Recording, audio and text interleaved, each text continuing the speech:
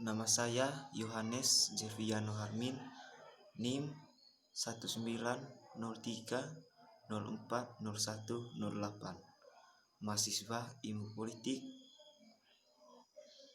semester 3.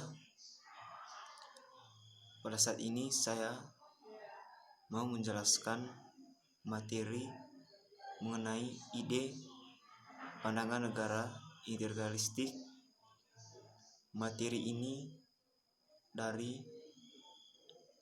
mata kuliah Pemikiran Politik Indonesia.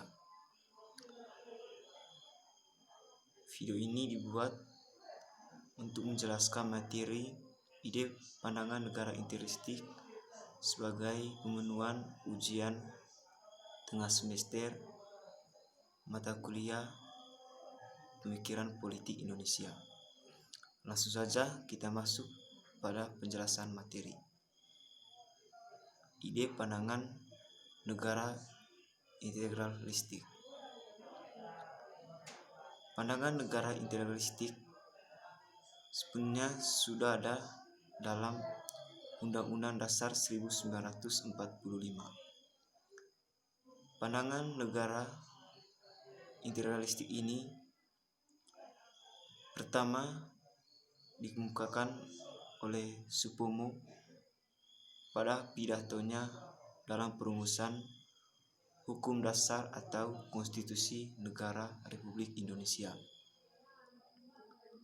Pandangan Supomo mengenai negara integralistik ini secara umum sudah dijadikan sebagai pengetahuan atau juga keyakinan oleh para akademis maupun penulis, karena pandangan Supomo mengenai pandangan negara integralistik ini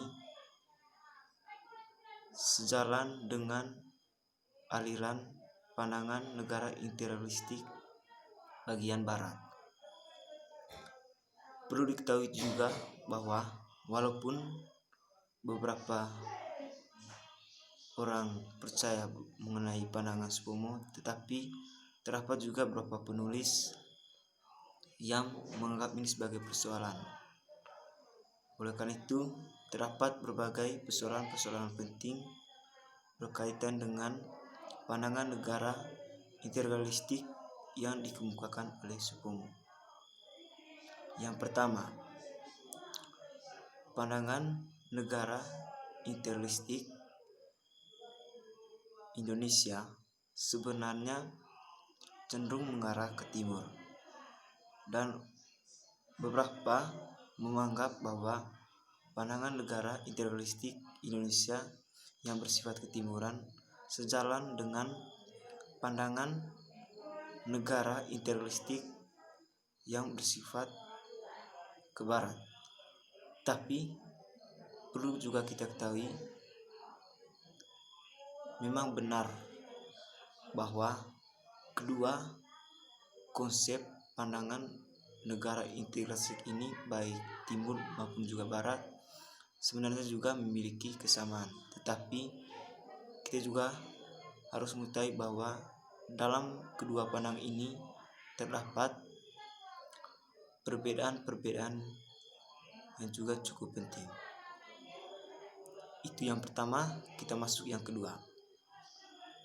Pada yang kedua ini, persoalan pandangan negara integralistik Indonesia adalah realisasi antara pandangan terhadap masyarakat, di mana pandangan negara integralistik Indonesia cenderung bersifat totaliter. Hal ini bukan semena-mena kita menekankan bahwa pandangan negara integralistik Indonesia sepenuhnya sejalan dengan Nazi atau bentuk pemerintahannya seperti Nazi. Itu semua tidak ada benarnya, karena pandangan negara integralistik negara Indonesia berjalan sesuai dengan asas nilai atau juga norma kemanusiaan yang sudah ada dalam peraturan undang-undang maupun juga sudah teratur dalam asas Pancasila. Dan persoalan yang terakhir adalah di mana lahirnya bentuk Negara Kesatuan Republik Indonesia. Hal ini menandakan bahwa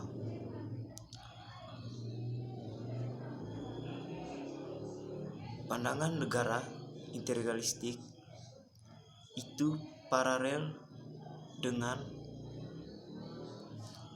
makna dalam pembukaan Undang-Undang Dasar 1945. Karena pandangan negara integralistik sudah dijelaskan dalam pembukaan Undang-Undang Dasar 1945, seperti yang dijelaskan bahwa negara kesatuan adalah negara baik di dalam maupun di luar itu terdiri dari satu pemerintahan, satu presiden, tanpa adanya negara yang terpecah-pecah menjadi negara bagian. Sehingga negara itu hanya memiliki satu kesatuan, atau saya sebut juga negara republik yang dipimpin oleh seorang presiden tanpa ada negara bagian-bagian. Baik, itu saja materi yang saya bisa jelaskan pada saat ini. Semoga materi yang saya jelaskan dapat berguna bagi teman-teman yang menonton video ini, dan tentunya berguna juga bagi diri saya sendiri. Akhir kata saya ucapkan terima kasih.